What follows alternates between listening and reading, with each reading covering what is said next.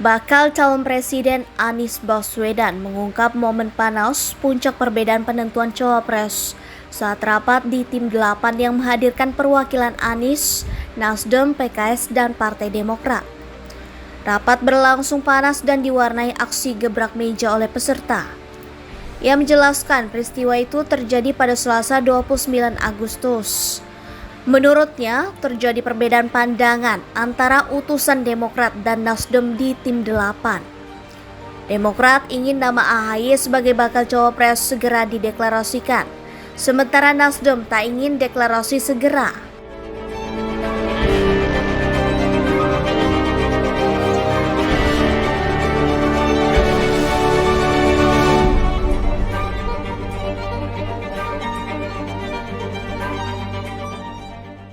Utusan Demokrat dan utusan PKB terjadi perbedaan pandangan yang sangat keras, bahkan sampai gebrak meja di situ. Apa perbedaannya? Perbedaannya begini, Demokrat menginginkan ditetapkan segera, Nasdem menginginkan ditetapkan nanti sambil menunggu. Menunggu apa? Menunggu siapa tahu ada opsi lain. Ia mengatakan pertemuan Tim 8 pun buntu. Selain itu, dalam rapat ada pernyataan bahwa Demokrat dipersilahkan jika mau mencoba opsi lain. Di sisi lain, Anies mengatakan usai pertemuan itu buntu, ia ditelepon untuk datang ke kantor Nasdem. Di sana ia bertemu dengan Ketua Umum Nasdem Surya Paloh. Saat itu, ia mengaku bertemu dengan Ketua Umum Nasdem Surya Paloh. Mereka berbincang soal kesepakatan dengan PKB. Ia mengatakan saat itu Surya Paloh dihadapkan pada dua pilihan. Pertama, berunding dengan PKS dan Demokrat, lalu kemudian bersepakat dengan PKB. Resikonya PKB bisa saja diajak oleh koalisi lain. Kedua, langsung membuat kesepakatan dengan PKB. Risikonya PKS dan Demokrat bakal merasa dilewati karena tidak diajak bicara. Menurutnya Surya Paloh memilih opsi ini.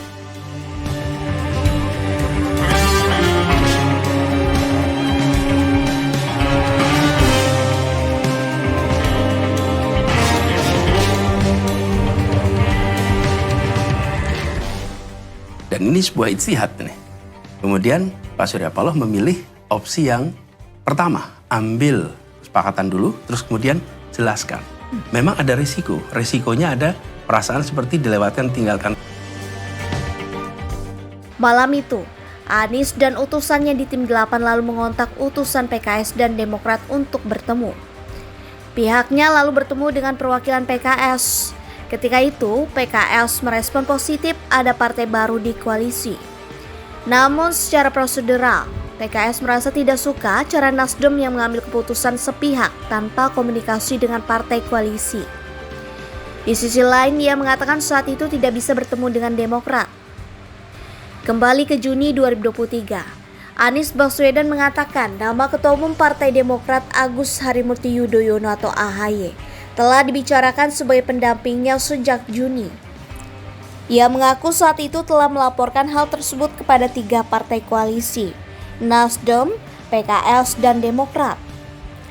Menurut Anies, ketika mendengar nama AHY, Surya Paloh tidak menolak.